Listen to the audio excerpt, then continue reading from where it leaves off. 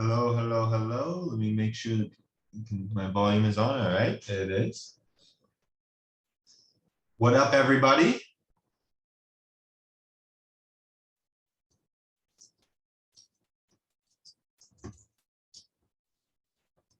How's everybody doing? We can all see screen. Yo, yo. Awesome, awesome. What's good? What's good? What up, Luke? What's up, Jen? What's up, Mike? Hell, what's good? All right, we'll give a minute before we get started. Just let everybody trickle in before we actually dive in and get doing the damn thing. Oh, cancel that. So tonight's lesson, what we were going to cover, and again, we'll wait before we actually dive into it and get started, but just as an overview, what we're going to cover is essentially everything options.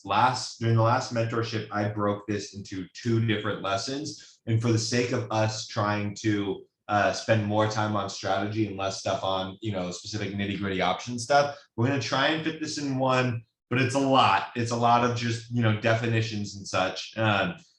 Everything that I'm going to teach you is still going to be valuable, right? This is the one part of the course that I would say, or the mastermind, that like, in theory, this is all online, right? Like you can't find the levels online. You can't find the buy and sell setups online on this. If you Google like Delta, all that, like Delta, implied volatility, expected moves, you'll find information on all this stuff. I'm just going to condense it into a format in a way that's like give you it all at once so you can go back and understand everything you need to know about at least the basics of options and some basic different strategies to use, right? So we're not going to spend too much time on like the Greeks and stuff. If it seems like I'm moving through this stuff quickly, it's because one, I want to try and get through as much as I can of it tonight so we can focus one strategy. Because again, if there's any of the lessons that like this is information that you could, some of you might already know anything like that. I'm sure that some of you might be familiar with a lot of this stuff already, right? So and we're not going to cut it out because there are people who are unfamiliar with it, but we are going to move through it quickly because I want to emphasize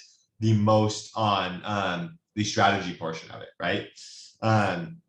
Yeah, the debit and credit spreads we're definitely going to cover, Rick. Yeah, absolutely. So we're going to cover all that, but I just need in relation to like when I cover what delta is, like we're going to start with the option Greeks here. When we cover what delta is, rather than give like 10 different examples, spend 10 minutes on it, probably going to do more like 2 or 3 minutes, run through it relatively quickly, make sure we're all good on the general concept of it, right? And then move on relatively quickly on it. So this video might require a rewatch for you if you're completely brand new to options, if you're not familiar with it. But I promise you, I'm doing this all for a reason, right? I think that it's more valuable to you all and to us as a team for us to spend more time in these lessons going over the charts, the specific strategies. So we're going to cover everything. We're going to cover spreads. You're going to learn how to do them, how to do an interim, all that. But I think that the most value I can give you all is more time on the charts. And so I wanted to condense this into like one lesson if I could. And I think that ultimately will be, a good thing for everybody. I think we'll all be happy about that in the end. So I won't rush through it. But any questions that you might have, try to save them if you can. Don't hesitate to let them pop up if if it's urgent and such. But questions like, hey, Jake, what strike would you pick? All that, like, we're going to cover that. Don't worry. We're going to get to it. So we're going to get through all this stuff. It's going to be very comprehensive. And if you still have questions at the end, then at the end of the options PowerPoint, then we'll cover everything you need to know. Because before I learned how to read charts, I learned how to use options. And they were the very first thing that I ever learned. So I have a very good understanding of all of their properties and mechanics behind them, which is what we're going to talk about tonight. Okay. So with that, let's go ahead and get started. 6:03 here. So we're going to cover tonight, originally in the previous class, we had option basics as one lesson, and then we had option strategies as another lesson, and I padded the options basic with a little bit of chart time as well. This time, like I mentioned, we're going to try and squeeze this all into one, and we're going to focus on mainly what I use as an options trader currently in my career, as opposed to stuff that I used to use. Like, for example, I don't trade a whole lot of credit spreads anymore. We're going to cover credit spreads and we're going to do them. And we're going to make sure that you know how to enter them, what they are, the risks, all that. But I'm not going to be covering like so much like credit spread swing strategies because I just don't do those too much anymore. Like it's a very rare thing for me nowadays, right? So I want to emphasize and focus most on what I do every day to give you all the biggest edge, right? And the last thing I'll say is to all you Boston fans out there, go Warriors. All right, with that, let's dive in. So tonight, this is the first one we're talking about, the Greeks options pricing, expected moves, and implied volatility. That is going to be the beginning that we are going to talk about and give you all a good understanding of what the core is that we are looking at, right? So what are the options Greeks? I imagine that all of you are at least familiar with the term the Greeks, having watched the 3 videos that I posted with chapter 1 of options and all that, the prerequisites for this course. I'm guessing that you're familiar on some level with them, but we're going to do a quick run through again on what are all the Greeks, how they work, and how they impact our contract prices, because that's what we really care about, right? So the Greeks are the foundations of option trading. The combination of all the Greek values in conjunction with implied volatility is what makes up how an option is priced, right? And that is very important to us because the options are the contracts that we are actually trading on a day-to-day basis, right? So the Greeks as a whole are the various dimensions of risk, right? So we'll dive into more specifics about that, but that's a really good way to think about it, is that each different Greek has some different type of risk associated with it, right? That could either help or hurt you. So the first of these Greeks that we are going to look at is called delta, right? So delta, what it does is it measures the rate of change in an options premium based on the directional movement of the underlying, right? So again, there's going to be a lot of definitions tonight. I don't want you to feel like you have to write every single one down, because the concepts is more important than understanding the textbook definitions, right? I don't actually look at any of the Greeks when I'm looking to enter contracts anymore. I now have an understanding of what they'll be, and like I know them, right? So once I know them, I don't actively check anymore. So don't worry too much about the definitions, focus more on the concepts, right? So delta, as we mentioned, measures the rate of change of an options premium based on the directional movement of the underlying, right? So basically what that's saying is how the stock moves. Delta measures when the stock moves, say $1, delta measures how much will that contract move, how much will we make or lose based off that $1 movement. So the delta is a number which varies. On Tastyworks, it's between 0 and 1 for call options, but some traders prefer to use the 100 scale. So the scale will be a little bit different depending on the broker that you're using.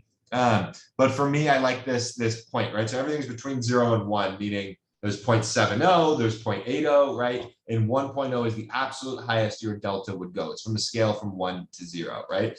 For your put, that's for call options. For put options, it would be from -1 to 0, right? That would be your delta on the put side. Those are the ones that I like to use. And again, if you ever see something that's like an 80 delta, it's the same thing as a 0.80, right? Concept should be the same. It's just multiplied, didn't vary. So the basic concept of delta that I want you all to understand is that for every $1 the stock moves, the option price will increase by approximately the delta. So if we're looking at these particular options contracts here, we see a 124 strike call at around $3. We'll call it round up to $3, even though the mid will be somewhere in the middle, right? This one is $3. If the stock were to move up $1 from when you purchased it at $3, right? Assuming all other factors equal, you can expect the contracts to be roughly $50 more than you would than they were previously, right? So continuing on with delta, some important things to know is that the delta, the more in your money our option is, the higher your delta will be. So in this example, you see the 122 strikes here based on the Thinkorswim options chain. Those are the most in the money at the time, right? That delta is going to be higher. That's going to be a 0.60, as opposed to something that is out of the money, like the 126 calls here. That is going to see a delta of about 0.40, right? So I'm hopeful that that's relatively clear for anybody. And I think that we're going to be pretty smooth sailing through this. But you can see the delta is different here than it is there. And the reason for that is the strike price, whether the contract is in the money or not. We'll talk a lot more about that as we dive in. The other thing important to remember with delta is that it is dynamic. It is not stagnant, meaning it changes as the stock moves, right? So as the stock moves, as delta moves from, or stock moves from 124 to 125, your options contract delta will also shift, right? It will move up to like 0.55 or 0.56, right? We'll talk about how exactly we calculate that number in just one second, but you should understand that your delta will not remain equal no matter what your trade is, right? It is always changing. It's a dynamic variable. It's a very key thing to understand, right? So with that, I believe that should cover most of what we need to know on delta for now. And again, if that doesn't make sense to you or you're unclear, hold off for a second, right? I promise you we'll talk more about this if you're confused on it on this, but I think that should be a really good understanding, right? Again, the concept is for every $1 the underlying moves, the option price will increase by approximately $1, right? So hopefully that our example is clear to everybody on that. So the second Greek that we want to be focused on is what's called gamma, and gamma measures the rate of change for delta, right? So if I go back on the previous slide, what I just mentioned is that delta is not dynamic, it moves, right? Well, how do we know how much delta is going to move as the stock price moves? We use the gamma for that, right? So the gamma will tell you how much you can expect the delta to move. I'm going to be very straight and blunt and honest with you all. I have never actually looked or cared at that in my life, but I know that it matters and that for some people, they will pay attention to it, especially if they do more mechanical options trading. Like if you evolve out of this mastermind and you decide that you want to take a more mathematical approach to trading, using spreads, using expected moves, all that, like tonight's lesson inspires you, that's great, because there's a style of trading that's much more mathematic based on using options, right? So in that case, you're going to want to be focused on, this is how your gamma works, how it's functioning to your delta, but I don't do that at all anymore, right? Just not personally my style. So for now, like I mentioned, we're just going to cover the basics of it, right? So understanding why is this important to know? Delta is always dynamic and changing. So delta will tell us the value of the position, while gamma will represent how fast the premium will increase or decrease following the underlying movement. Right, so gamma basically shows how volatile an option is relative to the movements in the underlying asset. And so you can see here, hopefully this math is very clear to everybody. As this stock moves up $1, the delta will increase by 0.5. And this happens to be the same across all strikes when I took this screenshot, right? Won't always be the same across all strikes, but in this point in time, it was, right? So the one thing that I think is important to know with gamma is that gamma gets higher as we get closer to expiration, right? So if we look back on this, if gamma was higher here, basically what that would mean is that delta moves more rapidly. You're getting more rapid expansion. These contracts are increasing in premium at a faster rate. So when you get closer to expiration, your contracts naturally move much more faster. They're much more volatile, right? A lot of people assume that's because it's theta. A lot of them are wrong. Theta is a part of that, but gamma is a huge portion of that, because gamma is what will ultimately dictate sort of the how gamma is what will juice those contracts up. Will juice those contracts up as the stocks get moving on a 0-day to expiration types of play, right? So gamma, as you get closer to expiration, your gamma increases, which increases the volatility of your contracts in both directions. It can work for and against you, as I'm sure all of you know if you've ever traded a 0-day to expiration contract, right? So it's interesting. It's just good to know that gamma is what causes that. And there's actually a lot of other cool things that I'm sure you could research on gamma, like gamma squeezes, and like the GameStop stuff was a lot of games. So there's some really cool online things, but again, I don't pay attention to any of that, so I don't have it in this lesson. But that would be something fun that I would say that you could research, is like, what is a gamma squeeze, right? What would be a gamma squeeze? Because we hear about short squeezes all the time, but gamma squeezes were brought up a lot with the GameStop situation. So it would be cool for you to research that and check that out. But again, for me, that's like, none of this is necessarily like, it's not like strategy for me, right? It's just an understanding that I have, right? So with that, we're going to keep moving at our rapid pace here. Gamma, very simple, the rate of change of delta itself, right?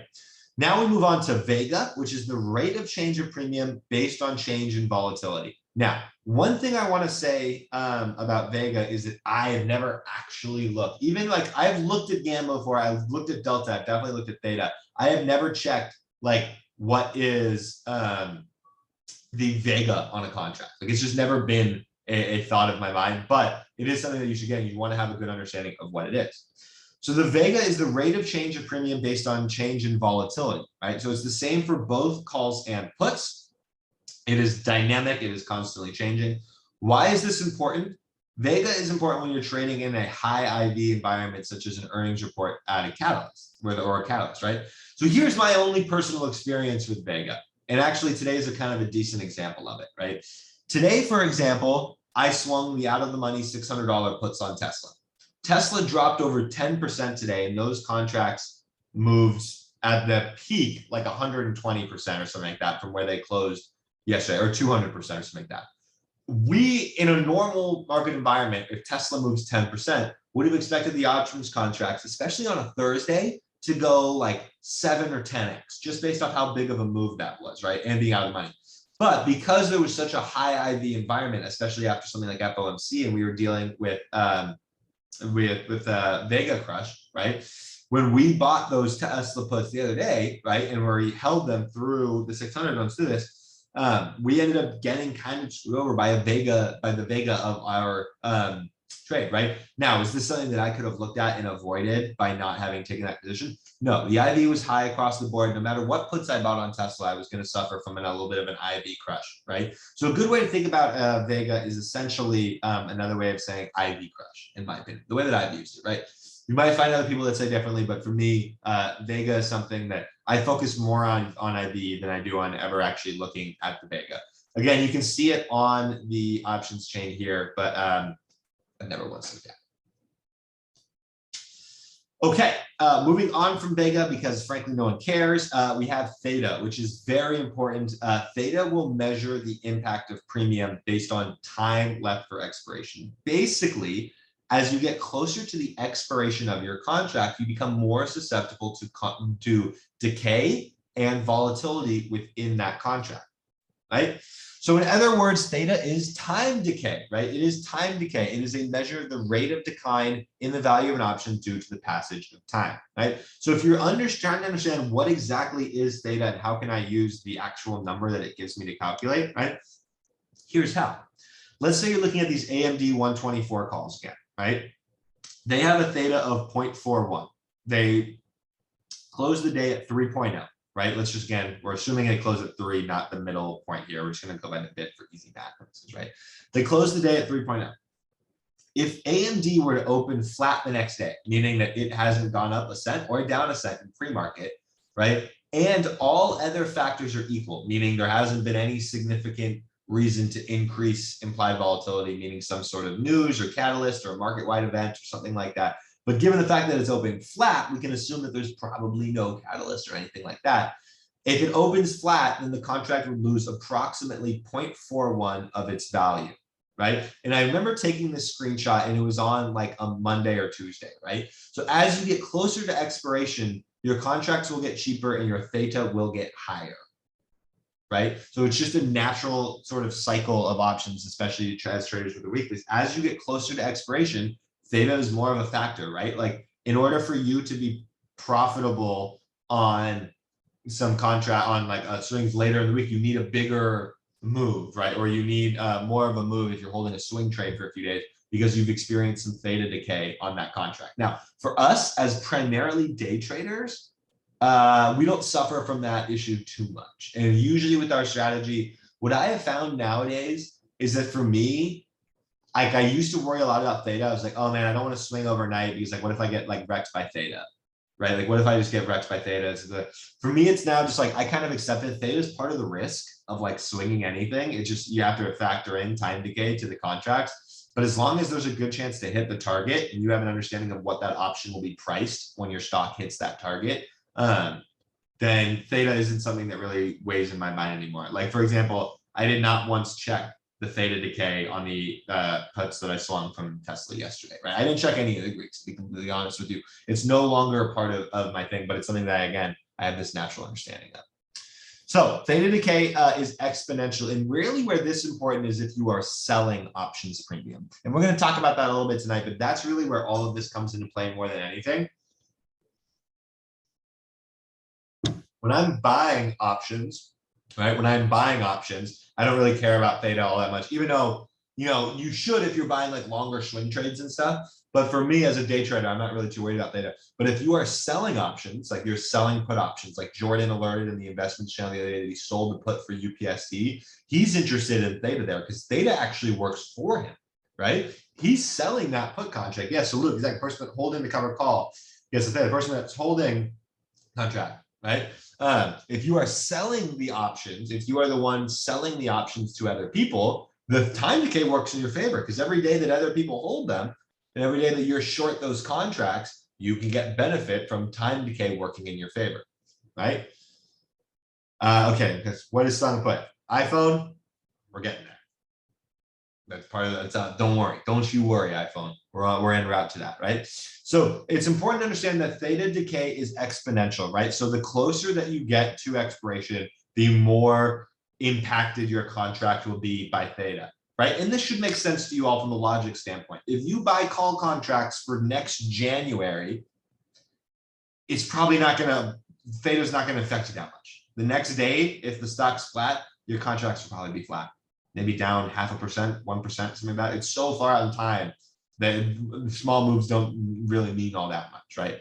You get closer to 0-day expiration, I swing Tesla calls, Tesla doesn't move overnight. Yeah, you can bet those are going to be down because all of a sudden now Tesla has way less time to make a bigger move, right? If you're trying to understand theta and have an understanding of options, just think about it that way, right? Like if we swung Tesla puts again overnight tonight, and I have some runners, but I didn't, we closed most. But let's say I swung Tesla puts again overnight tonight, and Tesla closed today at 600, just for easy math. If Tesla opens again tomorrow at 700 or 600, it has less time to make the move wherever it's going to go that day. So all options contracts, both calls and puts, will have lost value. And that is due to theta, right? So theta primary principles, as options buyers, theta is not your friend. Typically speaking, theta and time decay have a negative effect. For us, we don't worry about it too much as long as we're taking high quality setups, right? When you're swinging contracts, though, you do want to be looking for contracts with relatively low theta positions, something with more time on it. And this is more if you're putting on like a leap or something like that. You would want to look for lower theta positions if you can. And as an options seller, you will actually look to use theta to your advantage to collect premium on an everyday basis, right? You can actually make a whole lot of money thanks to theta. You can use theta on your side. And then when you sell a contract and that premium decreases because time goes on and it doesn't move, you make profit off of that, right? It's a very cool concept. We'll talk much more about that in a little bit. The last one of these Greeks that we have here is Rho. I'm going to be honest with you all, Rho, I've never fully understood. I don't really get how it's a thing. Maybe if you have like a $10 million portfolio, all in options, Rho might matter to you, but I still don't really fully understand the concept, just to be completely blunt. It measures the sensitivity of option or options contract portfolio to change in interest rates. Apparently, we just had a change in interest rates. Nobody talked about Rho. Why not? Why are you leaving Rho out to dry? I don't know. But yeah, Rho is at risk at the rate at risk price of a derivative. We're just covering the definitions here, but I'm just going to be honest with you all. Who cares? Skip Rho. I've done basic options trading, which is what I do now. I mainly just trade calls and puts. It's not very advanced. And I've done very advanced options trading where I buy shares, sell puts, sell covered calls, do spreads, all that. Not once have I ever used anything with Rho. I've never even understood what it means. So we're not going to spend any more time on it because I don't think it's going to be worth your time. If you want to have a deeper understanding of Rho, please, I encourage you to do it. Get back to me. Somebody let me know what the fuck is Rho. I don't know. I don't expect to find out. All right. So now we're going to dive into the meat and bones a little bit more of this, which is going to be premium review, right? We're going to talk a little bit about what premium is, intrinsic and extrinsic value, aka in the money versus out of the money, expected moves and implied volatility. Okay. I know that it seems like we might have been moving fast for some of you. If for some of you, we might be moving super slow, but I promise we will get through it all. That was a good one, bro. You're not wrong. It really is. It's like, come on. Okay, so first, let's talk about what is an options premium. Very simply, an options premium is just the contract itself. It's the price you pay. The premium is the price you pay, right? But an options premium consists of two different factors: intrinsic value and extrinsic value. Now, intrinsic value represents the actual value of the option itself, right? Like if you were to exercise that contract, and hopefully you all know what exercise that contract means because you watched the videos that I sent out to you before the course, part of the prerequisite. Sorry, I got lost in my own sauce there. But intrinsic value will represent what a contract would actually be worth if you were to exercise it right then and there, right? Extrinsic value represents time value and volatility, right? So these contracts are actually worthless because they're just extrinsic. They're not in the money. You can't exercise them for anything. So their value comes from other factors and other ways to contribute to it, right? So an options premium, again, consists of two factors: intrinsic and extrinsic value, right? So intrinsic value is the actual value of the option right now. It's worth that much. Why?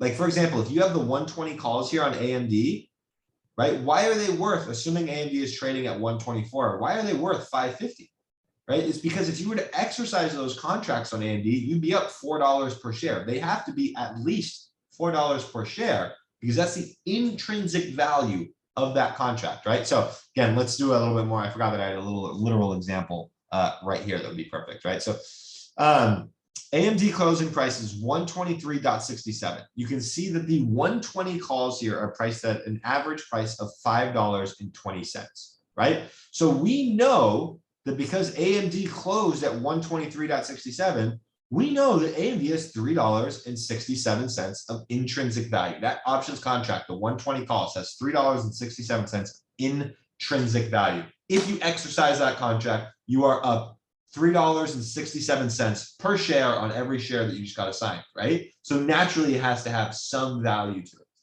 right? And that can be calculated as the difference between strike price and stock price. Now, your extrinsic value, now, let me rephrase that. Now, we have this premium, this 120 call, it costs $5.20, right? So if it's only actually intrinsically worth $3.67, where does that other $1.53 come from, right? Where does it come from?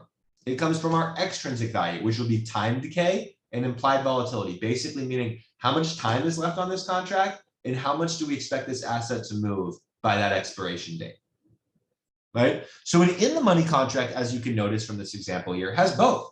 It has intrinsic and extrinsic value. It has value right now if you were to exercise it, and because it's in the money and there's some time left on it and something could still happen with that stock, you still have some extrinsic value, meaning you have to pay a premium, right? Because again, if you own the 120 call, you are automatically up $3.67 per share. So it has to be worth at least $3.67. Right? And that other portion, the fact that this AMD can still move and it can still go up to like 130 is the reason why it will have both some extrinsic value as well, right? Assuming we have some time to expiration. As you get closer to expiration, these become more and more straight price, right? So you can look at your options chain at the date of expiration. You will see that strikes will be trading for pretty much, a lot of times we'll have pretty wide spreads right as they close, but they'll be trading, generally speaking, for what they should be worth. Right? Like if you try and buy a contract 2 minutes before it expires, you're probably gonna have to pay the exact same price that you would pay just to get the shares. It's gonna be worth its actual value at that point in time, right? Because there's no extrinsic value left. That's why at expiration, your contracts, if they expire $1 in the money, are worth $1. Bing, bing, bing, bing, boom, click a little bit. Okay. So again, I always forget that I have this written out more and before I go on my explaining tangent, but in the money contract has both intrinsic and extrinsic value. Because they have in the money, because they be exercised right now, they have intrinsic value, and all options will have some sort of extrinsic value until they expire. All right. Now, out of the money contracts can only have extrinsic value. You can't exercise a 128 call down here. If you own the 128 call, you can't exercise it. It's not actually worth jack shit. The only thing that's actually worth is the opportunity to get up towards 128, the time decay and the implied volatility. It's the only value that those out of the money contracts have, right? So because they cannot be exercised right now, they have no value that can be capitalized on. Money options are priced purely on extrinsic value, right? That's what they're based purely on. Basically saying, again, how much time is left till expiration and how volatile is this asset? So with this comes something that is used to be one of my favorite tools. I don't use it as much anymore, but I know a lot. Once I did this lesson in the last mastermind, a lot of students kind of resonated with expected moves. They like expected moves. I know Mike himself is a fan of expected moves. I see iPhone. I didn't really get the last slide. It has no intrinsic value. Correct. I'm going to pause and go back there. I'm not going to do too many questions because we got to get through this, but I will pause just to make sure because I want to make sure everyone understands this concept. An out of the money contract, the 127 call, it's out of the money. You can't exercise it, right? You can't. iPhone, if you haven't watched those, because you've asked a few questions that lead me to believe you might not have watched the 3 intro videos on options that I posted. I would encourage you to make sure you've watched those first because that will clear up some of this stuff. But the out of the money options here, you can't exercise them. And if you can't exercise them, that means they have no intrinsic value. They're not actually worth anything, right? They only have extrinsic value. I think that should be relatively clear based on what an in the money contract is, based on what intrinsic extrinsic value are, based on what we talked about, right? Yeah, okay, iPhone. Yeah, I need you to go back and watch those 3 videos previously if you haven't watched those ones. Yeah, because you're not gonna understand any of this. You got to go back. You're behind, not decided, but yeah, you're behind. So go back and watch those 3 videos. They're pinned in the mastermind update section. They are the 3 videos on what options are and how they work and stuff. So crucial to understand those, because otherwise you won't understand any of this. So watch those first, then come back and watch this one. All right. Okay, so with that, let's move on a little bit here. So the expected move is important to understand, and this is, again, one of these more general concepts that I think is really key to have a good understanding of. And this will also help on earnings plays, which I don't advocate for earnings plays, especially for smaller accounts, but it's, as you become a larger account,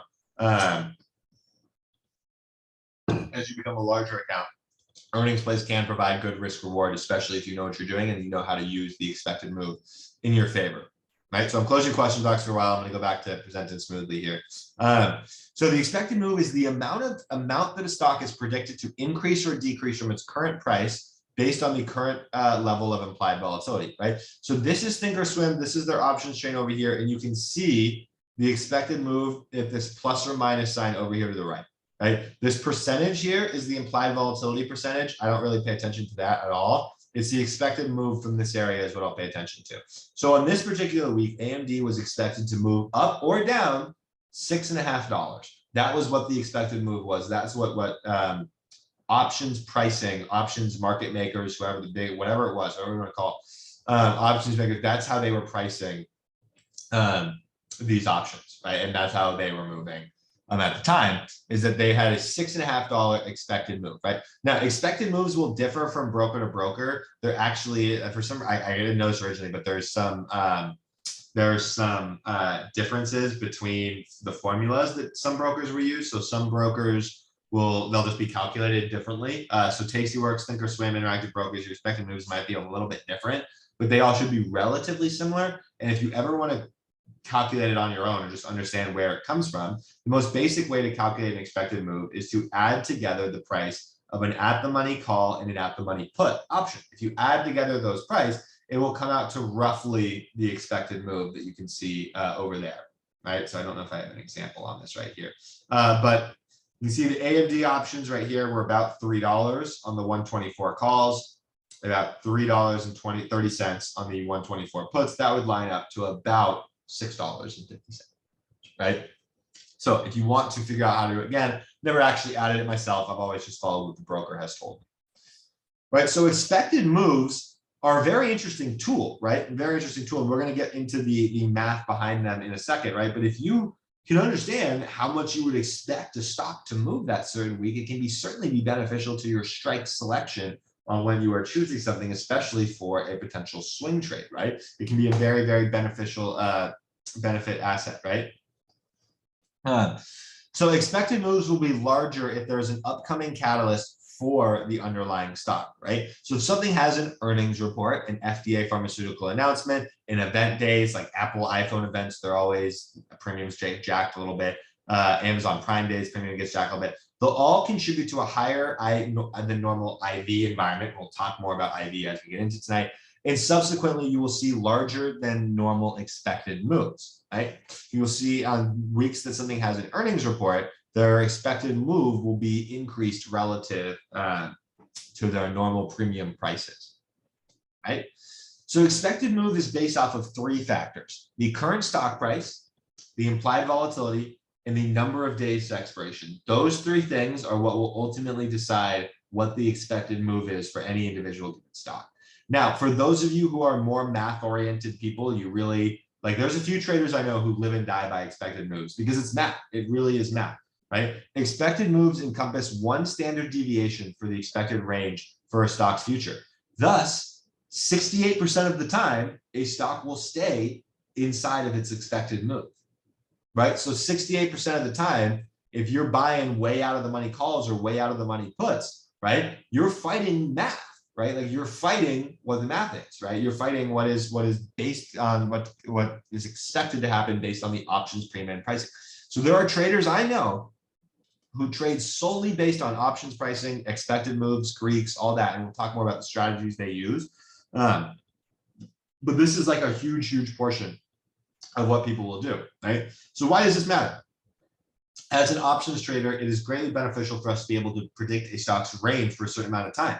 Let's say you go and you look, 6 months into the future and you want to figure out, hey, where I want to buy a swing on Apple, but I don't know what would be a reasonable price target, right? Something within the expected move would mathematically be within a 68% chance if you get the direction right of being within that range, right? Like within the expected move. Like there's a mathematical edge to using the expected move. So it's also extremely important during for expectations during earnings reports, right? Usually on an earnings report, you need to have something make 2x the expected move just for you to cover the cost of your options contract, right? You need a larger than normal expected move during earnings reports. So it's crucial to understand that. And then again, if you are trading credit spreads, which I know some people in particular from this one are interested in learning more about, right? Like for example, Jordan and Joel are kind of big on credit spreads, right? Mainly Jordan recently. He's been taking the lead on as a kind of spread guy and credit spread guy. These are often based on the expected moves. Like you can literally, there will be traders who will take a credit spread and look for some sort of options position over here, right? And to take a credit spread, and we'll talk about what that is. And their whole thesis is that AMD stays inside its expected move for the week. And they're essentially betting that 68 out of 100 times they're going to be right, right? And they don't really use the chart at all. Now, you all have a great understanding of how to read charts, so I don't think any of you will ever fully switch to a pure mathematical trader, nor do I think you should. But I do think there will be a certain sum for you out of this group that says, hey, I'm not all that much into the day trading.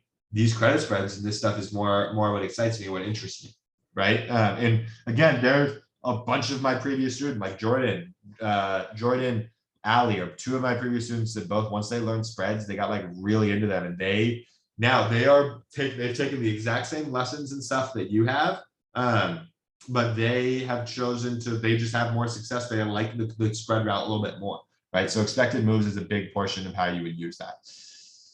Okay, that covers expected move on a very brief level. If you want to go more in depth on it, there's a ton of information out there, but this is just how I use it. But there is stuff like 2 standard deviation expected moves, 3 standard deviation expected moves, right? Like I think actually SPY might be at a 2 standard deviation to the downside currently, right? And if you know math and you know a bell curve, 1 standard deviation is 68%. What's 2 standard deviations? I'll wait for somebody to answer while I hit my double stick. Right, Oscar, 95%, or I think 3 is 96, Mike. I don't know, or 3 might be 99. You're right, like 2 is 96, 3 is 99.9. So in theory, it's because we've hit the lower move, the double lower move, expected lower move to the downside. In theory, we have a 95% chance of closing within that double expected move, right? If that made no sense to you now, don't worry about it, skip it. If that did make sense to you, it's because you're a math person, and this actually might be something that you want to explore a little bit more, right? Okay, let's move on and let's dive into implied volatility. Again, we're going fast, but I also have full faith in my ability to explain options in a way that we're allowed to move at this pace. And I think that you should all be understanding the general concepts pretty easily. And if you're not, shoot me a DM on Discord and be like, I don't understand these concepts. As long as you've watched the first 3 videos, watch those first 3 videos and all that. And if you're really confused, let me know a lot more. But I think everybody should be following along very smoothly. We're kind of pounding through this. Implied volatility. This is a metric that captures the market's view of a likelihood of changes in a given security's price, right? So the higher the IV, the larger a move is expected out of the underlying stock. Thus, the higher the IV, the more expensive options are. You want to try and avoid buying options in high IV environments, especially for swing trades, right? Because those can start to come back to haunt you a little bit. So you want to make sure that you size those the right way if you're buying in high IV environments, because naturally you are going to need a larger move out of the stock you are watching to get the premium increase that you are looking for to make money off of, right? So before we move on, I didn't know if I had the other example I like to give, but the one that I've heard a lot and I think is a really good example is if you think of COVID, right? Remember what happened during COVID just a few years ago? Oh, I remember COVID, blah, blah, blah, blah, blah, blah, blah, blah. If you remember COVID from a few years ago, pretty much what happened to hand sanitizer is an increase in implied volatility, right? Like COVID hits and hand sanitizer prices go through the roof because all of a sudden people are fearful that they won't be able to get hand sanitizer. It's supply and demand is what it is, but it's also all of a sudden the IV around hand sanitizer goes up dramatically as if there's some sort of catalyst or earnings event around it, right? So people bought a shit ton of hand sanitizer and tried to hoard it, expecting to sell it for the high prices throughout the next 6 months or a year, right? What happened a year later when we all realized that, everything was going back a little bit more to normal from what we were used to, hand sanitizer prices obviously dropped, right? And basically what happened to hand sanitizer prices is they got IV crushed. If you ever played an earnings report and lost because the stock didn't move enough, it's kind of like the same thing that happened to hand sanitizer prices during COVID, right? Like COVID wasn't as bad as everybody thought. Granted, it was bad. There's different opinions. I'm not trying to get into the politics of it, but I'm saying it wasn't as bad as what the people who were paying high prices for hand sanitizer thought it was going to be, right? They ended up getting IV crushed on their earnings play on hand sanitizer. Right? Like that to me is the best way of understanding what IV is and how to possibly use it. Right, so IV is different for every stock, right? For example, if you look at something like NIO or Roku, those are two volatile stocks that move a large percentage basis. Something like Shop, Tesla, they move a large percentage basis on every single day, right? As opposed to something like Microsoft, which is relatively stable, 1%, 2%, 3% moves, is the norm for Microsoft, right? So if you see something like right up here, Microsoft options prices, you're going to see their IV percentage on the right at 32, 29, 29, whatever. Then you'll see Roku here in the middle. They have options implied volatility of around 60%, right? You see something like NIO, which at the time had an options implied volatility of like 160%, right? So does this mean the same thing? Does this mean does this mean that naturally IV is always going to be lower on Microsoft, all this, blah, blah, blah, blah? No, because IV is all relative and it's different, right? Like Roku just moves more than Microsoft. So this percentage is always going to be a higher percentage than Microsoft, right? What really matters for any individual given stock and understanding the IV of it is IVR or IVP, right?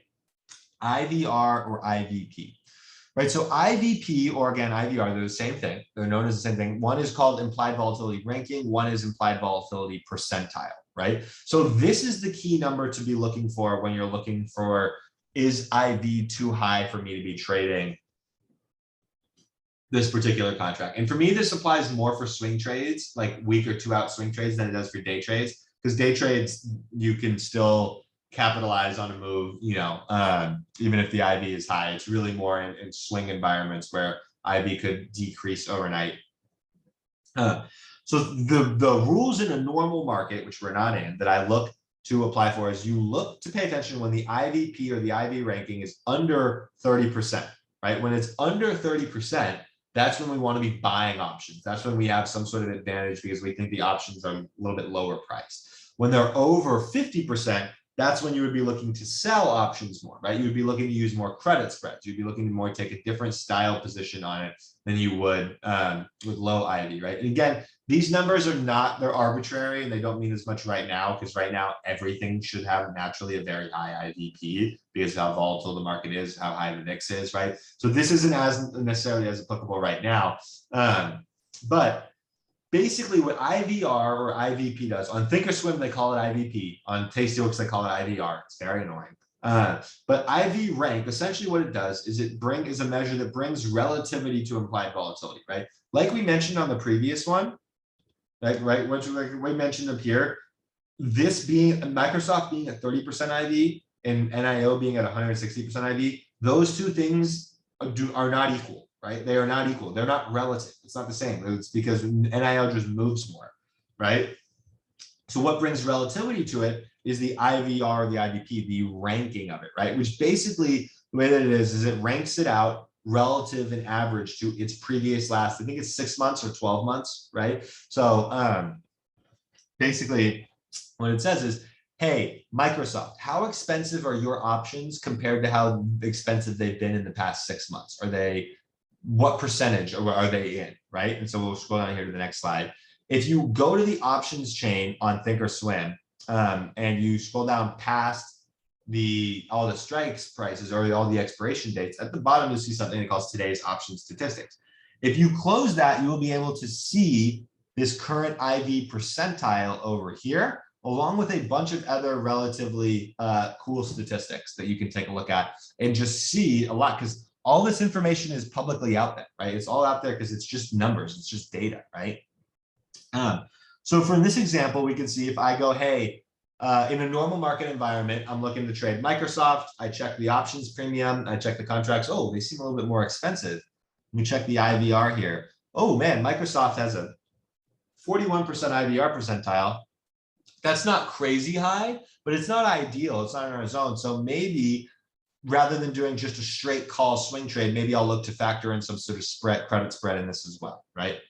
Or some sort of thing where you can use that IV to your advantage, right? So again, implied volatility overall is like basically think of it as like insurance, right? Or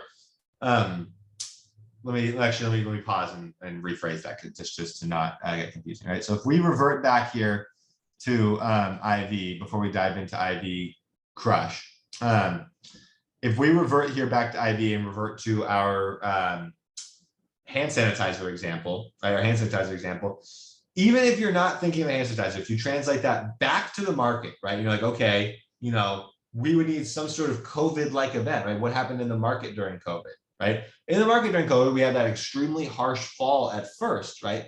Now, put options, not only did they increase in value because stocks went down, but as stocks went down, what happens to people? We start freaking out. So emotions start coming in. Sell side starts coming in faster. It's more vicious. You've always heard that. I'm sure you've seen it. Sell side occurs faster than upside because more people are scared. More people are fearful. Everyone's selling. Everyone wants to get out. All these stop losses are triggering, right? What other people want at all points in time during that is put options, because put options are going to increase in value. You can get out of your shares at a certain price, right? Like put options in and of themselves become more valuable. Right, so that's why a lot of traders prefer IV in general is why a lot of traders will prefer going short, is because they're like, oh, I make so much so fast when you go short, and that's for two reasons. One, because downside moves happen faster, right? Because all the reasons we just talked about, emotions, you know, all that. But downside moves also happen faster because also people like more because IV gets really juiced up, and your contracts might be starting to gain more value than you might have expected, because it's going out of price and IV is increasing. So it could end up being working for you in those cases, right? But let's talk about some examples of where IV would not work for you, right? And I want to make sure that we cover this clearly, even though I'm sure plenty of you have been in an earnings report play before that gets IV crushed, right? Where it makes a move after hours and you think you're going to be up a bunch, and then the market opens the next day and you're like, wait, what? Why am I down 60%? The stock went up on earnings. I bought calls. Why am I down 60%? Is because you got IV crushed. That's exactly what happened, right? So let's take NIO for an example, right? It's trading at 43 at the time of this picture. Oh, crazy, right? Now it's back at, I don't even know where. But it's you're bullish on NIO earnings. It's currently trading at 43, right? You purchased the $50 call strike price for same rates expiring at $3.30, right? Your break-even price on NIO, because you don't make money, because you're buying the $50 call price, then you paid $3.30 for it. So you got to add that $3.30 on in order to calculate your break-even price, right? That is over a 15% move away from $43, right? That's a far ass move away. If the next day NIO beats earnings and opens up 10%, like Jake, they went up 10% or whatever, they're up at 46.50 or 47.50 or 48.50, whatever it is. Why are you still down 70% on your calls, right? It's because of IV crush. Going into the earnings report, right, the opportunity for NIO to make a giant move was a lot there. It was there, right? We didn't know what the report was going to say. After the report, even though it's gone up 10 or 20%, the stock, right, that sort of unknown catalyst is now out of the equation. So IV will naturally decrease because there's no longer an event of unknown. Everything is known, right? So another good example of this would be thinking of FOMC on Wednesday, right? People who buy, I think it was Joel who did this example. He tried the strangle where you buy the call and the put. I think he lost on this particular trade. I think he had some opportunity to take profit before FOMC started, right? Because IV was still rising. The unknown was still there. But after FOMC ended, and after we had the release, and we know there's no more unknown. There's volatility, but there's no more big unknown, right? So that naturally decreases the IV. So I saw a lot of traders, not Joel, but a lot of traders on Instagram who bought straddles for FOMC, ended up eating a huge loss because they bought an SPX straddle, which was probably $3 or $4 grand, right? Because those are expensive contracts, and both went down because SPX didn't make as big of a move as the options were pricing in, right? So it's a very, very important thing to understand as an options trader is what is IV and what is IV crush, right? What is IV and what is IV crush? Okay, with that, those are all of our sources: Investopedia, Options, Trade, Boring to Sell. We are not going to stop at all. We're going to keep powering through. I don't know. We have like 30 more slides, a good chunk of option strategy stuff left. Don't know that we're going to finish it all tonight and knock it all out, but I do know that we're going to get through a good chunk of it so that the next lesson is only going to be partial option strategy review, and then we'll get back into the charts and stuff. But I'm hopeful that for a good chunk of you, this is new information. And if it's review, I'm hopeful that it kind of seals some stuff in the right ways. And I'm also hoping that it might open your eye to some new different types of strategies and stuff, right? Yeah, I know, Julian, but you're one of 30, you know, one of 30 or 40. But I promise you, we will get to debit spreads. That's portion of it. I got you, brother. So why use options over shares, right? We're going to dive through this portion really relatively quickly. I have to imagine most of you are familiar with this, but in the last mastermind, we actually had like a group of 10 or 15 like whales who were like bigger accounts who actually decided to start trading shares because it just became more straightforward with them and it became easier on their mindset, right? So I don't know all of your account sizes and all that. Some of you out there, you might just be more comfortable trading straight shares, right? You might just become more comfortable trading straight shares because you have different types, there's different risks associated with all of them, right? So options are cheaper naturally, right? You're going to get more cost effective. You're going to get larger percentage returns, but the biggest advantage really is that you're going to have more ability to do advanced strategies and hedge efficiently with options, right? Pros of shares are that you're going to be able to capture some dividends. They're going to be lower risk, kind of from a volatility perspective. They'll be lower risk. Shares are option left active management, and you will have no theta and you will have less spreads.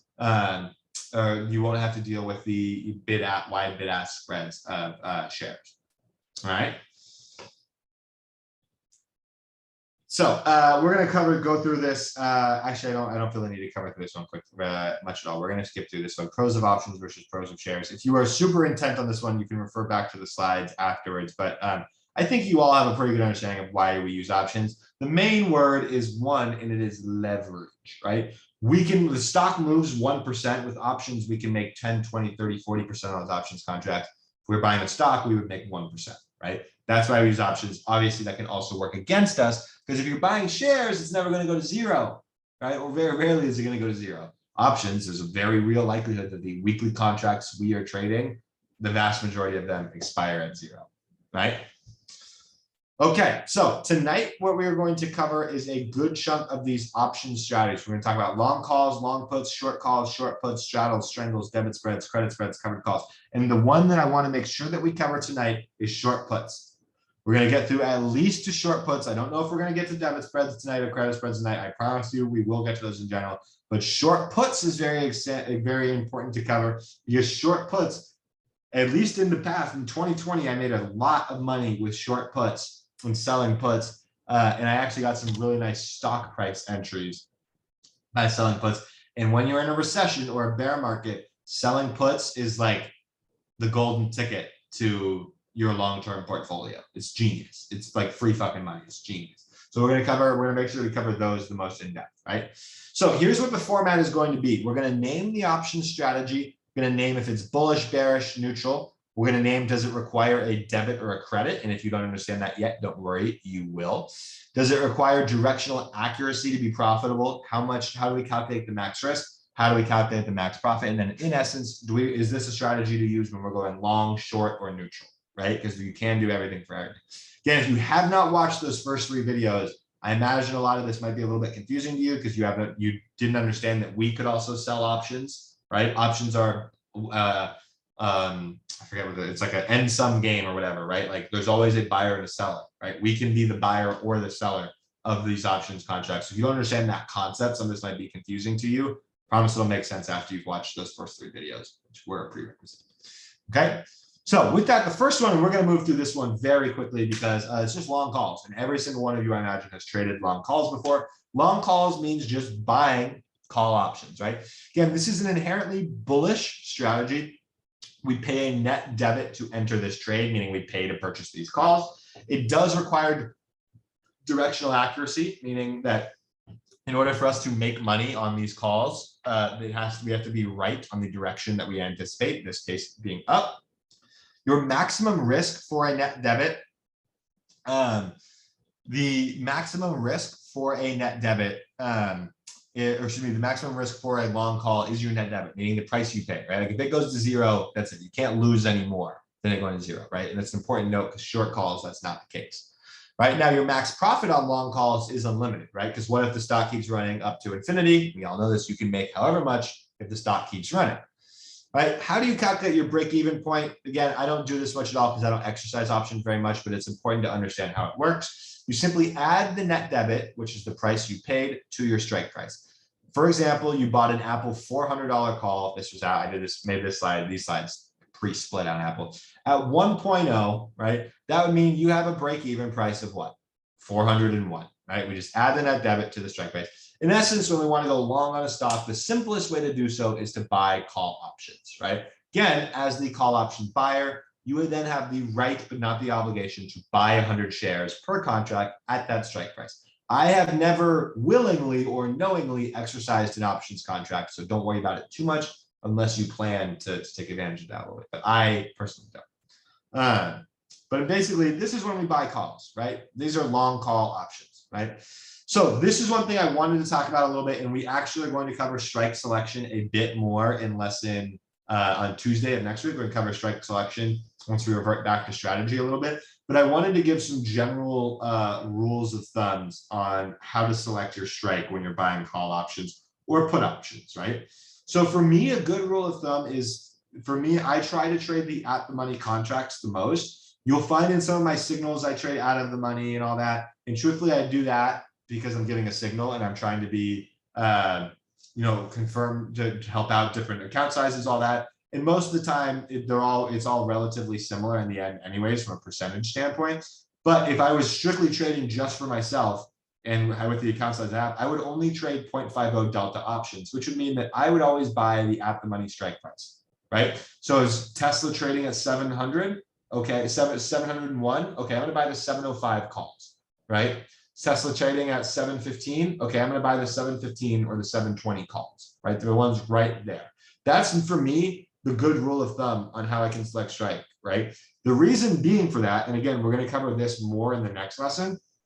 The reason being for that is calculating your stop loss, right? We all just talked about earlier how delta means if the stock moves $1, right, you can expect your contract to move the exact amount of the delta or roughly the amount of the delta, right? So that allows it to me, it's easy when I have a 0.50 delta because the ratio of delta to dollar is easy, right? I can make, okay, I have a $1 stop on the stock, but I buy Apple at 150 and my mental stop is 149. I know that my contract, if it's a 0.50 delta, will be down about $50 if my stop hits, give or take, right? It's easy math right then and there, right? If I use a 0.3 delta, all of a sudden I'm doing, oh, if I do this, I'm down.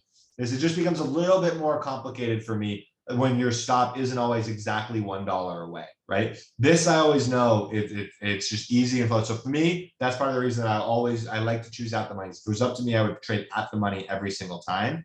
The exception is that sometimes earlier on in the week, I don't mind doing out of the money strikes. And for a stock, the reason I include this round number is for a stock like Tesla, I've found that the premium, generally speaking, moves pretty similar no matter the strike price. So I don't mind trading the round numbers, right? So if Tesla's trading at 685, I'll trade the 700 calls, right? Or if 750 or the 25, right? I'll use the whole $25, 50 and whole dollar marks, right? As sort of those round number strikes. Right, so agreed. So exactly what Mike had said. If you have a small account and you can't trade at the money, look for out of the money round numbers with high volume and high open interest. Right, more not as much the open interest, more the volume. Mike's right about that. So, but like if you're trading Tesla, my opinion, I used to disagree with this, but I'm actually okay with it now. If you trade out of the money Tesla options, I've watched out of the money Tesla options move, and they move more volatile than in the money and at the money ones, but relatively similar. So I'm actually okay with you trading like $650 puts or $600 puts like I did when Tesla's trading at like, basically that's easier for your small account, as long as your plan is still defined, right? As long as your plan is still defined, right? Right, Kendall, exactly. If the stock is 124, your stop loss is 23, you would lose roughly $50 per contract. Again, Delta's dynamic, so it might not be exactly 50, but you use roughly to that, right? So that's one of the ways that I will calculate a stop loss on a trade or figure out where my mental stop will be is using the delta, right? Okay, before I keep going, I'll answer this one last question. Do higher volume contracts move better, or is it strictly because of liquidity purposes? Higher volume contracts typically move better. When you have higher volume and more people trading them, the spreads are going to be tighter. That's really what it is, and I've noticed. The liquidity is be better, right? So it's tighter spreads. And I found that they do move a little bit better, but they won't move different relative to the other strike prices. The other strike prices from a percentage standpoint usually will all move the same. All right, closing the chat box for now. We got some stuff to cover. Okay, so short call options. We're going to cover this one really quickly, but we're not going to cover too much on it because I've never sold a straight short call unless you have a chipper style account. I don't imagine any of you will do it in the near short term, right? So similar to buying a call option, right? We're on one side. We just talked about the buyers of those call options. Whenever you buy a contract, somebody's selling it to you, right? It's usually a market maker, somebody just out there filling the order, but somebody is selling you that call. So they inherently will have the opposite position of you, and these characteristics will be reversed, right? So it's an inherently bearish strategy. Rather than paying a debit for the contract, you receive a credit for the contract, right? Somebody is paying you for that contract, right?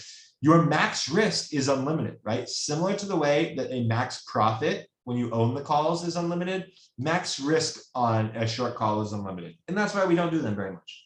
Who knows what guy, you sell a short call on Tesla, what happens if Tesla gets good news and gaps up 10% the next day? You don't have defined risk. You're going to lose as much as it runs, right? It's not like a put options where it can just go to zero or anything. You can actually lose more than you signed up for. So just selling short calls by themselves are a no-no, right? All the same stuff here in terms of max profit, break-even point. Max profit on this one will be the credit you received. However much somebody paid you to buy that contract is the absolute max that you can make on it. You can't make more later on or anything. So let's say, for example, that Apple, you sell an Apple 400 call at 1.0. You will have a break-even price on Apple at 4.01. Anything under 4.01, you're profitable, right? You're profitable. But your maximum profit is that $1, right? Even if Apple goes all the way down to zero, the max you can make is that $1. That $1 can't be more worthless than it is, right? It can't go negative, right? So this is part of the reason I don't like short calls. Theoretically, your risk reward is always fucked, right? Because you're always risking more than you could potentially make on short calls. And that's actually part of the reason I went straight away from credit spreads a little bit, right? So in essence, when we want to go short on a stock, one way to do so is to sell call options. We're never going to do that. But you got to understand why you never want to do that, or else you might not understand that. Okay. So if you ever accidentally tried to sell one more contract than you own on like a trim or something, right? That's why your broker won't let you, unless you have a huge ass account, right? Because they need, in order for them to let you do that, they need to know that you can cover a chunk of the shares, right? Most of us on our 10, 15 grand accounts, right? Or 2, 3 grand accounts, or even 25, 30 grand accounts can't cover 100 shares of Tesla, because that's $70,000 at current prices, or $65,000, right? So yeah.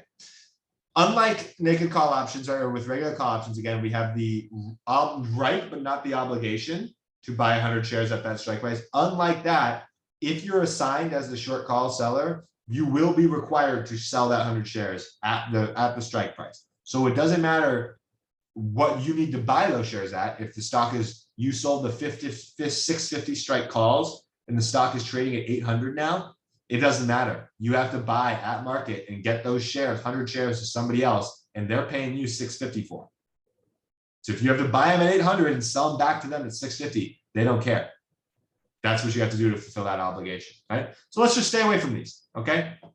Selling naked call options is extremely risky, right? Once you have years of experience with options, you can start to do these with defined risk or in other strategies. For now, never even consider it. It's not on the table, right? Long put options, we are not going to cover this one too much. We're going to dive right past this because it is exactly the same as long call options, just when the stock goes down, right? It's a naturally bearish strategy. We pay a net debit for this, whatever the contract price that you pay also happens to be the max risk. You can't lose more than that, right? Your max profit here, rather than being unlimited, it's just what if the stock was to go to zero, that would be your max profit, right? You can calculate your break-even point the same exact way. And in essence, whenever we want to go short on a stock, one way to do so is to buy put options, right? And for me, for strike selection, it's the same thing with puts. I look for 0.50 deltas, or if I don't want to spend that much on an at-the-money contract, I'll look for round numbers with high volume on them, like Mike mentioned. I'll look for round numbers with higher volume on them, right? That's what I'll be paying attention to for strike selection. All right, so all right, we're gonna dive into short puts and then check the question box real quickly before we do that. Random question. Okay, Nami, random question I'm gonna answer later or have Mike answer. Okay. With that, there's nothing else. So let's dive into short put options. Also, Mike, I love you. Thank you for being on. So short put options, right? We talked about earlier long calls and short calls, and how short calls were kind of the exact opposite. Will be kind of the exact opposite of short calls will be the exact opposite of long calls. Short puts will be the exact opposite of long puts, right? So short puts are an inherently bullish strategy, right? Because if we are selling somebody puts, if somebody's buying puts from us, they think the stock is going to go down, or they think they need protection from it going down. So if we're selling them those puts, we benefit when the stock goes up, right? So in this trade, you will receive a net credit upon entering it, right? Meaning that you sell your that contract to somebody else, they will pay you a credit in order for you to take that contract, right? The interesting thing with short puts is it does not actually necessarily require directional accuracy. Right? It does not require directional accuracy. Let's say, for example, you sold those Tesla 700 puts today. Not you bought them and sold them the way I did, but let's say you just outright sold them to us yesterday at $3.40 when I bought them, right? Let's say you're the person who sold them to us, right? If Tesla chops around, right, or even it goes down, they sold them to us when Tesla was at like 680 or 670, right? Even if Tesla goes all the way down to 605, they were wrong directionally. The person was wrong directionally who sold it to them, but they doesn't necessarily mean they have to be directionally accurate to make money. Because if the puts go to zero, they're going to make money. If the puts lose value, they're going to make money, right? And guess what? Those puts lost value. Even though Tesla went down, today Tesla was at like 640, right? And the contracts were still beneath where we paid for them yesterday at like 680. So whoever sold us those contracts made money off those, right? And they have an opportunity to make even more money when the premium is high. So it does not require directional accuracy. Your max risk on this particular trade would be the share price going to zero. We'll talk about why in a second, right? So your max profit on a short put trade would be the credit that you received. I see the chat blowing up. Okay, cool. It's just Mike being great. Your max profit would be the credit that you received, right? You cannot make more than that single credit that you received, right? Now, your break-even point is kind of calculated the exact same way as all of our other break-even points, right? So for this example, right, let's say that you sold an Apple 400 put at 1.0, you would then have a break-even stock price of $399. Now, you would reduce your net credit from your strike price in order to calculate your break-even. So in essence, when we want to go long on a stock, one way to do so is to sell put options, right?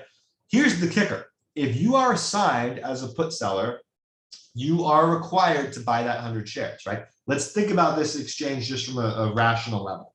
You and me, right? You and me. I buy, let's do the big as I'm to buy. I buy puts from you for $3.40 for Tesla 600 puts, right? I'm buying those because in case Tesla goes down, I want to sell you my shares at 600. I think Tesla might go down to 200. I want to be able to get out at 600 no matter what, right? So I buy those puts, right? Let's say that Tesla goes down to 595, right? It goes beneath it. Those puts go in the money, right? All of a sudden, because you sold me that contract, and because I want to sell my shares at 600, you are going to be the one who is obligated to buy those shares from me, right? So this might be a little bit confusing at first because it's kind of reverse. I know you've learned about puts in the past, you know what puts are, but now all of a sudden puts are bullish. So it's like, wait, what, right? But think about it. You're the one who sold me those puts. If I bought those puts for downside protection and I wanted to sell those shares, you're going to be the one to take those shares from me, right? You are going to be the one to take those shares from me, right? Now, we'll dive into an example of this, but at its most basic and core understanding, right? Let's say that you want to buy Tesla at 600. You want it. You want to buy Tesla at 600, right? In theory, if you could sell the put option and collect that credit, right? What's the worst case thing that could happen? Tesla closes below 600 and you get assigned. You have to buy the shares. But wait, didn't you just tell me you wanted to buy Tesla at 600? What's wrong? What's wrong with that, right? So short puts is an awesome strategy to use, especially when the market is crashing, right? Especially when the market is crashing. It is an awesome, awesome opportunity to create an entry on a stock that was not previously there, right? So let's use this. Let's go ahead and do this example right here, right? This was a big one that I had broken down. When to use short puts and how to use them, right? And I'm going to change this because I don't care about a stock breaking support or being a resistance. Say during crashes, right? So let's take an example out of Disney. Let's say Disney is currently trading at $100.40 or $140, right? You are comfortable holding Disney in the long term. You don't care what price you get it at. You think it's going to go up no matter what, but you wouldn't mind getting it in at a little bit of a lower price. You'd like to own it at about 130. It's trading at 140. You think 130 is a better price, more fair, meltable for it, right? You can sell the 130 strike puts, let's say in this example, for $2 each, right? If upon expiration, let me add another dash here again, excuse me. Let me add a dash above here. If DIS closes above 130 upon expiration, nothing happens. You keep the $2.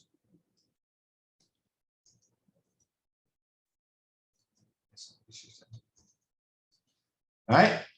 That got a little far away, distracted there, but that's okay. All right. So if let's say that this is again the scenario, your Disney's trading at 140, right? You want to own it at 130. So you sell, not buy, you sell the weekly strike puts at 130, right? You sell them for $2 each. If Disney closes at above 130 at expiration, those puts expire worthless, right? We've all held some contracts to zero before. Maybe you sold me these puts and I held them to zero. I said, fuck it, I was wrong, and I just held them to zero. Well, guess what? Those $2 that I paid for you then, you get to keep them. And it's $200, right? We know options is times 100. That's actually $200 that you get to keep, right?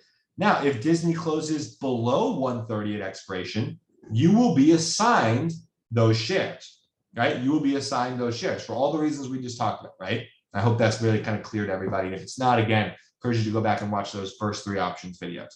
So let's say Disney closes at 129, right? By closing at 129, we're below 130. So you're going to get assigned. You're going to have to take those shares, right? But you still get to keep those $2, the premium you receive. That's yours. They never get, as long as you hold the puts, you never have to pay that back, the $2 you received, right? So you're receiving stock price, and a note here, you receive DIS stock at 130 based on the option strike price. But did you really pay 130? No, you didn't. You actually paid 128 because you're receiving 100 shares of stock minus $200, right? Which would be $2 per share, $200. Math is clicking, everybody. This is why options contracts are worth 100 shares each, right? So you actually will receive them with a realized cost basis of $128, right? So all of a sudden, you could actually be owning your stock for cheaper, right? Well, let's say, for example, though, let's keep going through this a little bit. And I see that the chat box is popping up a little bit. But I see that Mike is also crushing it, and I'm gonna have to send him some dinner tonight for sure. Because I know there's a lot of questions popping up on this one. Let's go back to the example where you don't get the shares. Disney closes above 130, and you get to keep that whole $2, the whole $200, right? You get to keep all that, right? Well, what happens if you do that again the next week?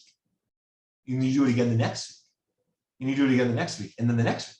And after 5 weeks in a row, you still haven't gotten assigned the shares, but every week you get $2. You get $200, right? Or maybe it's not weekly, maybe it's monthly, right? Or whatever the thing is, right? But you sell those, all of a sudden you have, or excuse me, let's say you do that for 6 months. All of a sudden you've received $12 of credit on your Disney share purchase, $1,200.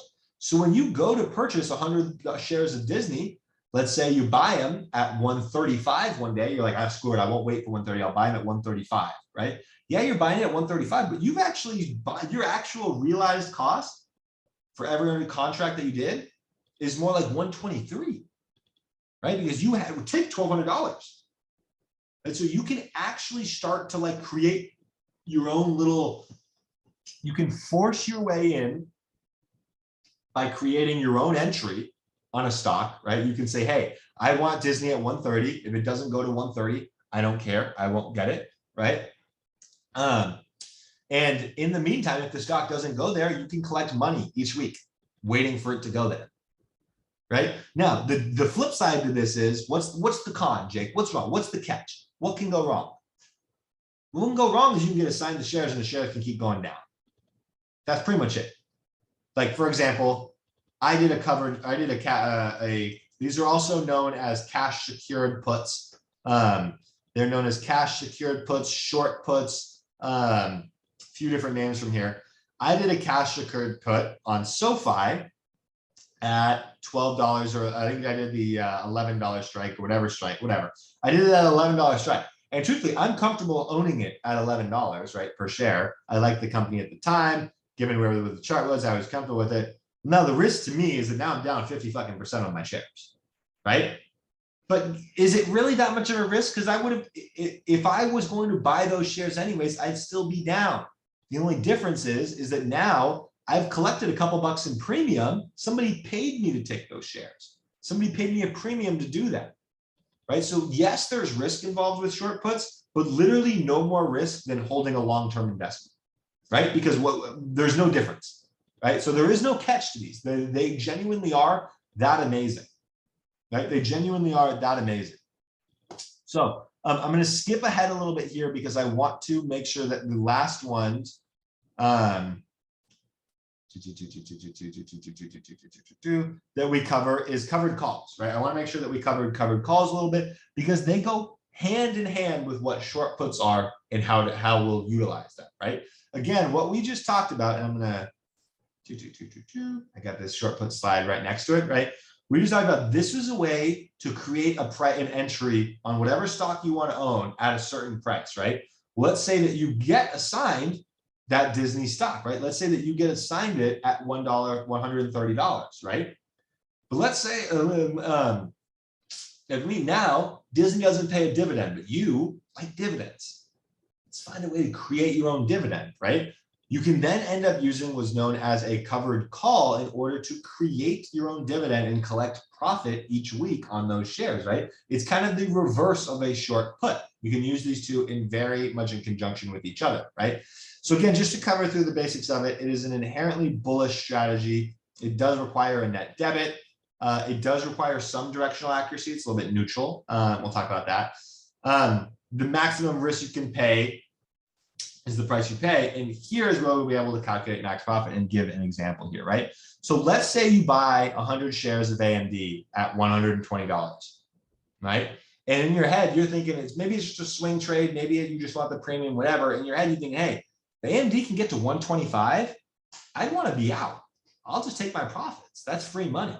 I'll take it, right? So rather than setting a sell limit at 125, one thing you could do is sell the $125 strike call price. You could sell that to somebody else, right? So now all of a sudden, your price on AMD has actually gone down to 119, right? You've received another dollar. So you're reducing your cost basis, right? You do this every single week. You keep reducing your cost basis. Let me add that in there. Cost basis reduced to 119, right? The other way to calculate this would be, okay, how do I calculate my max profit, right? Because if you sell a $125 call, the moment AMD, if it gets and closes above 125, your shares are getting taken away at 125. If it runs to 150, it doesn't matter. Your shares are getting taken away at 125. That's the price you pay, right? That's the difference on this one. All right, so you do have a maximum profit here, right? But one thing that I have literally done before is done our short put strategy, right? Like we've talked about, where our short put strategy, where I'll sell puts on a stock like SoFi, right? And eventually get assigned shares, right? And then what you can do is sell covered calls and set a price and say, hey, if it gets back up to this price, I want to take profit on my shares. Those shares that I got from my puts, I don't really want them all that much. So I'm just going to keep selling covered calls, right? In theory, eventually over time, if you sell enough covered calls, right, you can actually make back your entire cost basis. If you own $1,000 of SoFi, over 3 years, 4 years, if you sell a covered call every week, eventually, if they all expire worthless, and even if they don't, eventually you're going to make enough off that premium to essentially pay for your position, right? To essentially give you free money on a mission, right? And so, again, I know this last portion with covered cash secured puts and covered calls might be a little bit hectic, and some of you might need to watch this again. And we'll give much more examples of this one. I'll give a text written breakdown of this one in the chat over the next few weeks as well. And I know Jordan would want to as well.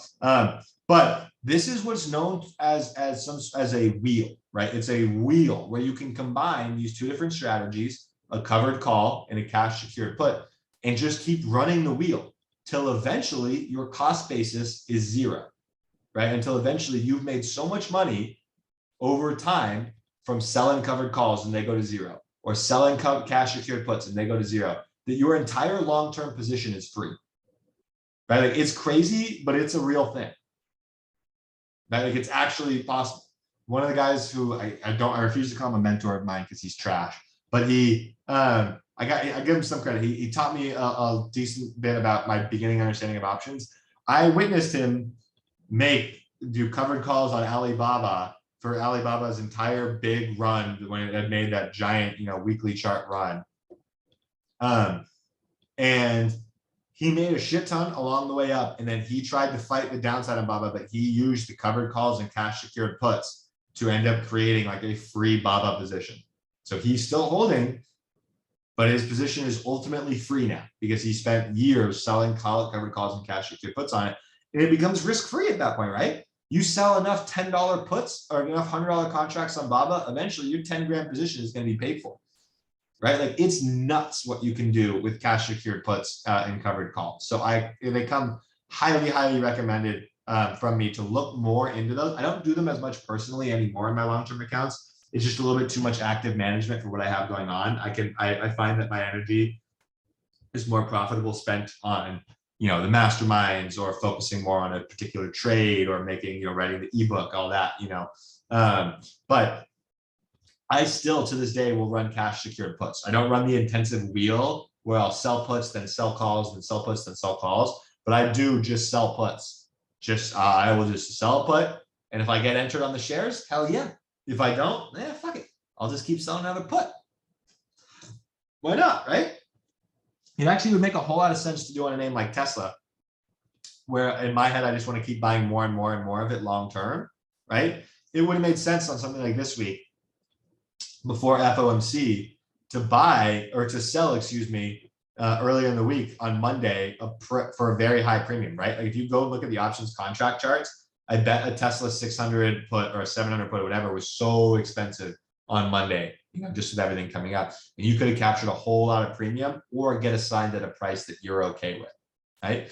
So the biggest thing with covered calls is that you want to make sure of is that you want to make sure that you are, for either covered calls or cash secured puts, you got to be okay with some stuff. Whatever strike you sell the put at, you have to be okay taking the shares at, right? Because even if you think you're not going to get assigned, shit can go wrong. Stock could drop, you get assigned. You actually have to be okay holding the stock at that price. The same thing with selling covered calls. You actually have to be okay with letting your shares go at that price if you sell stock. Don't do it and assume you won't get pulled on them, right? Right. The nice part is though, let's say you have a short put, you do a short put, you get the shares, right? Do the shares, you sell a strike price that you don't really want to get called away at. You don't think you will, but it has a big rally one day. All of a sudden, shit, your shares get called away. You lose the shares. What do? Just sell puts again. Sell puts again to get right back in. Collect more premium. Keep running the wheel, right? By owning these shares, you are effectively covering the call contract, right? Now, we talked about it way up here earlier, right? Which was, right here, right? Short call options. Right? You don't want to do these because your max risk is unlimited. You don't want to sell someone a call contract and then it runs up $100 and then you have to pay more than that to get them their shares at that price, right? Why do you not have to do that with the covered call? Why are you protected? Because your shares are protecting you, right? By owning those shares, those are effectively covering the call contracts that we own. Right? Those are effectively covering them. So we can't get toasted by a naked call contract, right? So essentially, you can create your own dividend by selling call contracts against shares, against the shares of companies you own. Right? You can literally create your own monthly or weekly dividend depending on how active you want to be with the management of it, right? So covered calls and cash secured puts, amazing, right? Okay, the question chat box was lit up.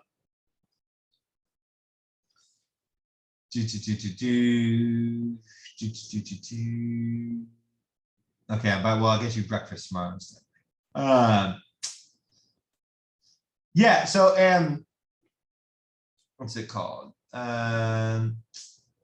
happens if you don't have the capital to buy the stock? Then you can't do it. Yeah, right. There will be some brokerage accounts that will let you do that. But that will let you do it without the cash in your account. They'll use some sort of percentage on it, right? But again, let's think about this, everybody.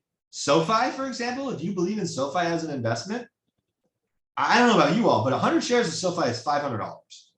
$500 for a long-term investment is like not that crazy. If you don't have $500 to invest in the long-term account, I'm scared that you're a day trader, right? You know what I mean, right? Like, not saying that. So there's all types of different names that you could use this on, right? Say you like NIO, right? Let's say you like NIO is something cheap. You could do NIO. This would be $2,000, right, for shares of it, right? There's a ton of these cheaper names that you could take advantage of out there, right? And it doesn't have to be something where you're putting a ton of capital into it, right? You can start with some of these smaller names and try and use the premium to build up on it, right? I remember doing that on a name. SoFi is the first one that comes to mind, but I know there's like a bunch of other ones. Robinhood, if you for some reason wanted to own Robinhood, right? Something like that. You could do Coinbase, right? For some of those of you who are interested in owning Coinbase, right? You could sell Coinbase $20 or $30 puts and just take a bet on crypto crashing. And if crypto never crashes, you don't get Coinbase. Crypto crashes to Coinbase 20, all of a sudden you've been collecting premium for months and now you get Coinbase at 20, right? Like, so there's tons of ways to use it. Mara, right? So yeah, tons of different names out there, right? I know that a lot of you will all need to watch this last section of it again and do a little bit more research. But again, I chose, this is very calculated, right? The options stuff I sped through a little bit because unlike the strategy portion of what we're going to cover, right? Like the levels, the buy and sell setup. If you Google short puts, you're going to find 100 different explanations that'll explain it perfectly easily, right? And I'm not saying that we shouldn't have covered it at all because I believe the way I explain things is good. But this is stuff that's like, this is out there, right? So that's why I went through this material kind of quickly. This isn't my secret sauce, right? This is just material that I think is worth you all knowing. So you should have no problem finding more information on it or asking me more questions or the group more questions. You know what I mean? Yeah, and I also saw PLTR is another example, right? PLTR is another example. If you really believe in Palantir, you should be selling puts every single week, right? You should be selling puts every single week on Palantir. Yeah, it might only be 10, 20 bucks, 10, 20 bucks over the course of 3 or 4 years, and you might have a free Palantir position. Crazy, crazy, right? So, okay, fam, what we're going to do here is wrap it up there. When we come back on our next lesson, we're going to cover spreads, strangles. We'll move through those efficiently before diving into a bit of a psychology section of it. We didn't blast through as much of the options section. We didn't blast through as much as the options section as I would have wished, but that's okay. We got plenty more time. We went through a strong 90 minutes tonight. We covered a lot of stuff, and I don't want to overload your brains. I think I already did, to be completely honest. I think I already went a little bit too much in one section. And if that's the case, I'll reevaluate for the next one. But I want you all to rewatch this, dive back in, and I'm sure that you'll be all of this should make sense. Through a couple of watches, this should make sense. And again, these are all very topics that should be easy to research, right? So with that, again, not saying that you have to do outside research. I'm just saying that if any of these make you feel like more intrigued, then like you want to learn more, there's more out there.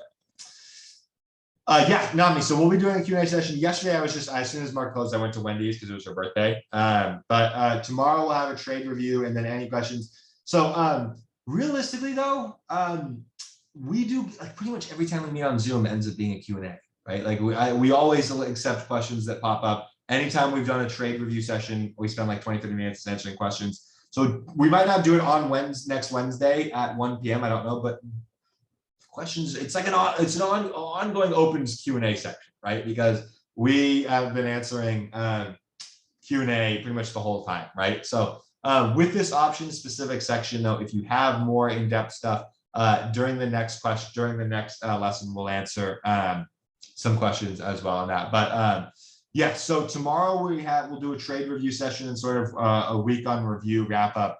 If you have questions during that portion, as always, we'll cover them during that, right? So the Q&A is listed there, but again, I'm a little more informal with those because of how open I am to answering questions like every minute of every day, right? If we were gonna, so I'm flexible and I'm not as strict as us. Oh, on Wednesday we have to do the Q&A at this time because I spend like all day answering questions. You know what I mean?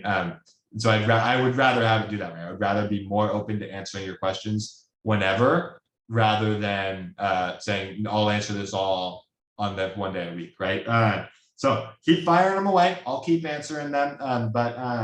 Yeah, I hope this was helpful to you all. I don't want you to feel like you have questions that are unanswered, right? So don't hesitate to reach out. I'm always around. DMs are always open. Chat questions are always open.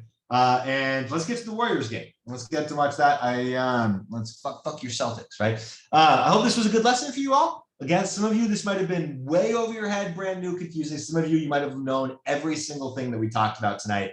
Everybody will be a little bit different. That's why the pace of this one was a little bit off, but I think we all still covered some really, really good information, right? So don't hesitate to watch it again, and any questions, hit me up. Okay, gang? All right, I love you all very, very much, and have a great rest of the night. All right, cheers, team. Let's fucking go. No video tonight. We're good.